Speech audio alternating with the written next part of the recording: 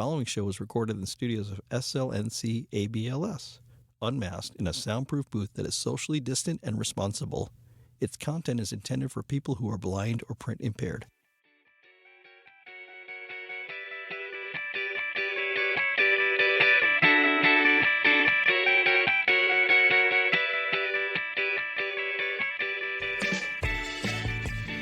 Be forewarned, listening and subscribing to this podcast just might make you a better user of the library reading technology and take your reading to another level of enjoyment. Hello and welcome to Craig's Desk, a program from the State Library of North Carolina, Accessible Books and Library Services, known as SLNC ABLS. I'm your host, Craig Hayward, the Technology Librarian at SLNC ABLS. This show is all about sharing and learning about the library's reading technology, online resources, and some insider information announcements from the National Library Service for the Blind and Print Disabled, known as NLS. Before we begin, let me say happy 2-year anniversary of this show. That's right, it was 2 years ago as of this taping that Craig's Desk began. Back then we were in the midst of the COVID-19 pandemic, and I was recording this show in my bedroom closet, laptop on my lap, microphone in front of me, clothes all around to dampen any noise, and lots of cramps in my legs as I sat on the floor of my closet recording. Even the library's name changed during those last years from NCLBPH to SLNC ABLS. I wouldn't have it any other way because this show has been fun to produce and our audience grows each month as we do more shows. I will say, I didn't know if I'd be able to produce this show each month. So far, I almost have been able to do it. This is Magic Show number 22, so we've been close. Thanks for making this time something memorable. On this show, we'll see what's on my desk, Craig's desk. We'll see what kinds of questions and feedback that are worthwhile to share. We'll throw in some NLS news and some resources you can find right now on our library's website, all in the name of helping you read more and learn more. Whether it's to hear a technology question answered or some other bit of news and information about our library or NLS, or for whatever reason you're listening, I'm thankful you're here, as is our library. We all want to serve you and help you. I take notes and remember things. I also learn things daily from the interactions with patrons. You teach me every day. It's a gift I get to receive from you. Let me be your guide and help you navigate the changes in our service. I'll do my best to help you use the technology better and take your reading experience farther. If you don't already know where to email your questions, comments, and feedback, send it to abls.help@ncdcr.gov. That is ablshelp@ncdcr.gov. ABLS for Accessible Books and Library Services, the name of our library, and what we provide as a library. Help because that's the purpose of the email box. We want to help you, so abls.help@ncdcr.gov is the place to send your technology questions or other feedback. Keep that around and use it when you need it. A final note before we start this program. Sharing is caring. We'd like to get the word out and share this show so that we can help whoever wants help. If you have friends, family, or anyone else that want to listen to the show, tell them to search Apple Podcasts or Spotify for Craig's Desk, or go to the Craig's Desk podcast webpage on Podbean, our podcast platform provider. And that is https://nccraigsdesk.podbean.com. That is nccrigsdesk.podbean.com. Enough talk. Let's get this episode of Craig's Desk started.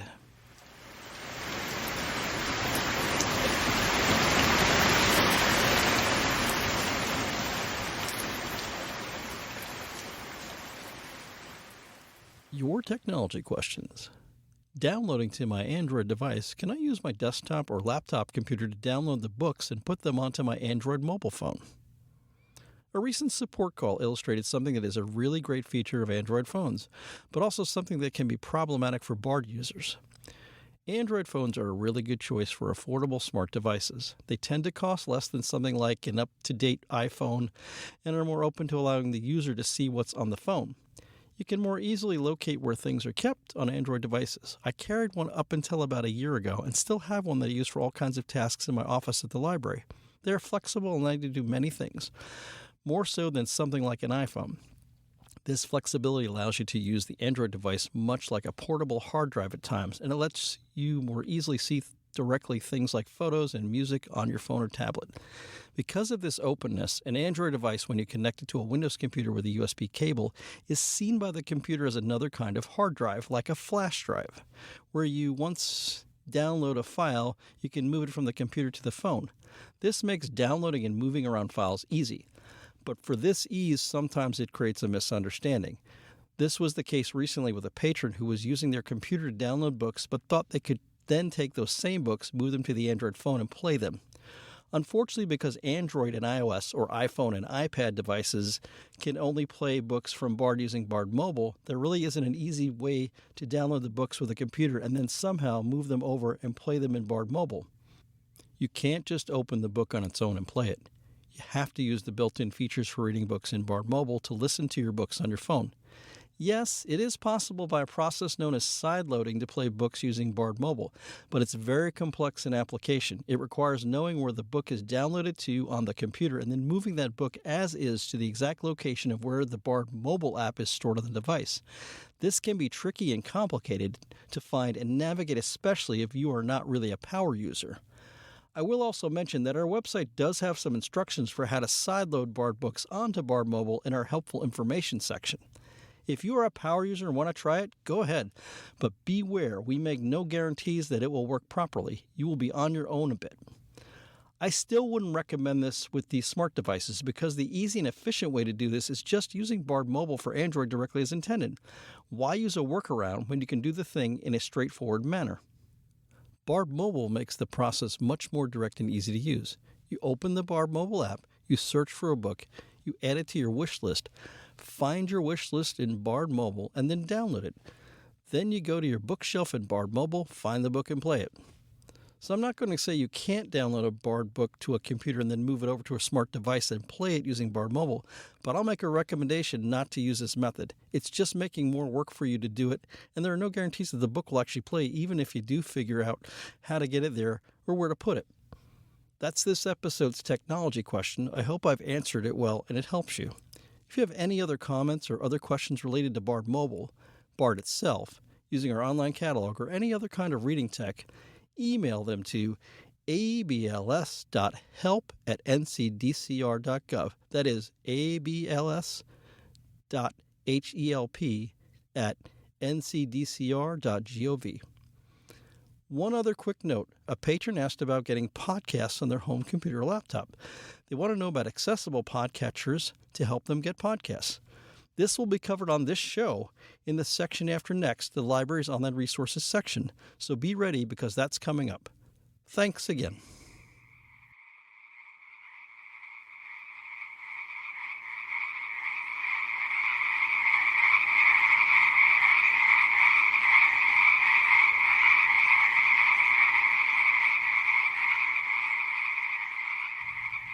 NLS News. Straight out of the NLS newsletter. NLS Music Section turns 60. Whether you knew or not, NLS has a music section. Its purpose and function is to provide blind, visually impaired, and print-disabled individuals access to music. The music section was officially founded in 1962, so it's a little over 60 now. This happened because the 1931 law establishing NLS was expanded to include the loan of Braille music materials. The actual offering of Braille music materials in the Library of Congress's Reading Room for the Blind goes back to 1897. The change occurred in 1962 when NLS patrons were allowed to receive these materials through the mail, the same way they received their Braille and talking books. A few years later, the music section then began offering audio instructional materials and large print scores by mail. Over the years, the music section has continued acquiring Braille music scores from the United States and all over the globe. They also add large print and audio materials for scores, music lectures, and other presentations for accessible music. If you didn't already know, this much of this material is available through the Bard, the Braille and audio reading download service from NLS. This is just one more great service that is free for all patrons of our service from NLS. As always, if you have comments about things like this, or you maybe want to get more about what NLS has in store and upcoming, you are welcome to email me at the email address abls.help@ncdcr.gov. That is abls.help@ncdcr.gov. Thanks so much again for listening.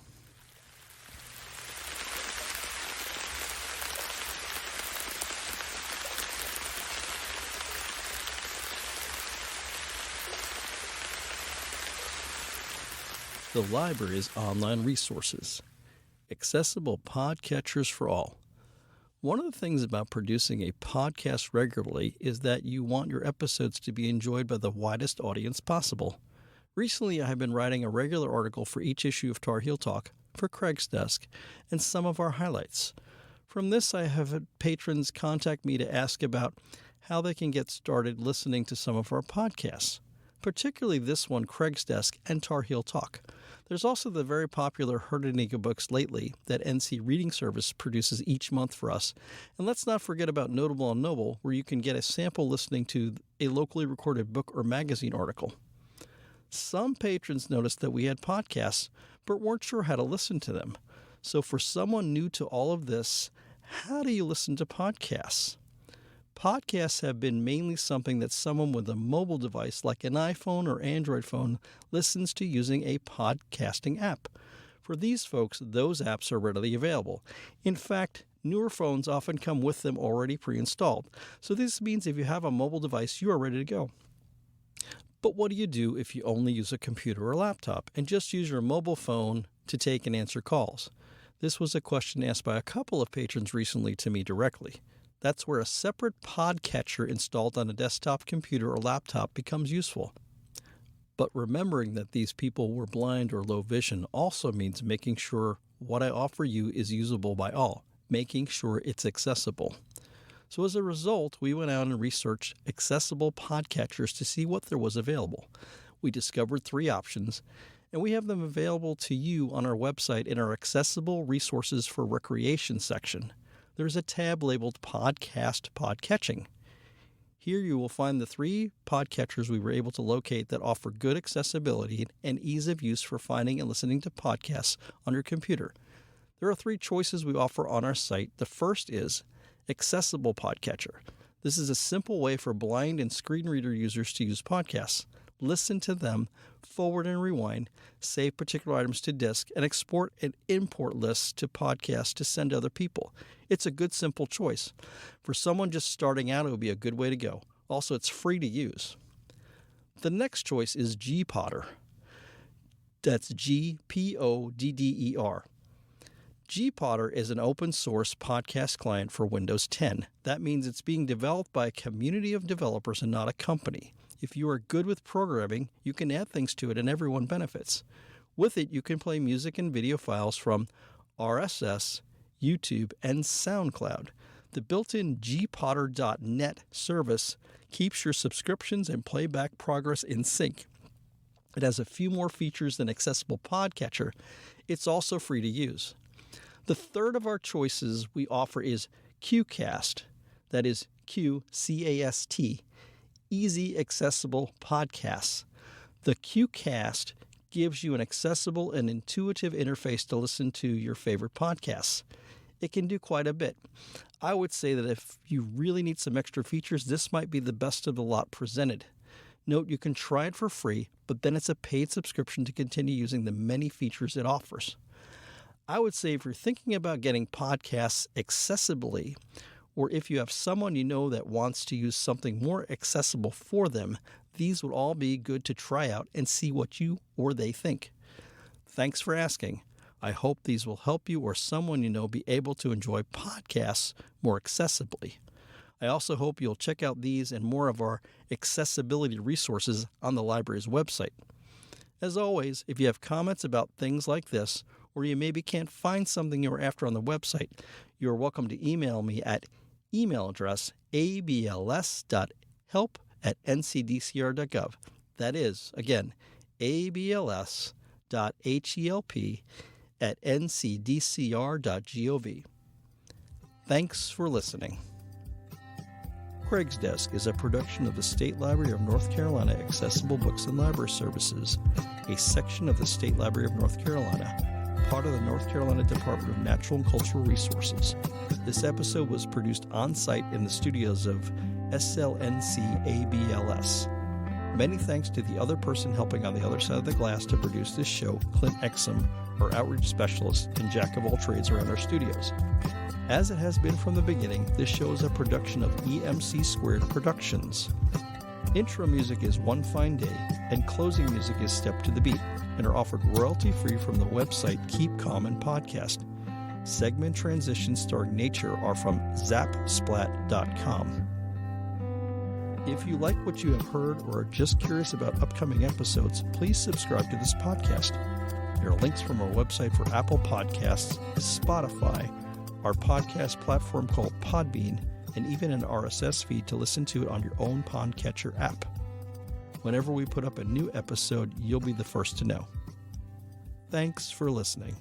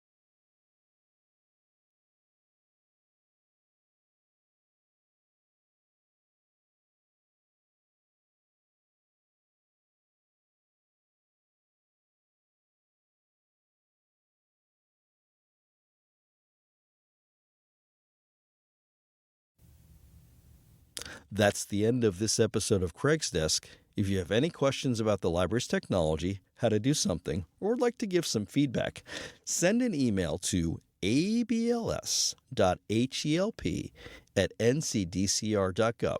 That is abls.help@ncdcr.gov.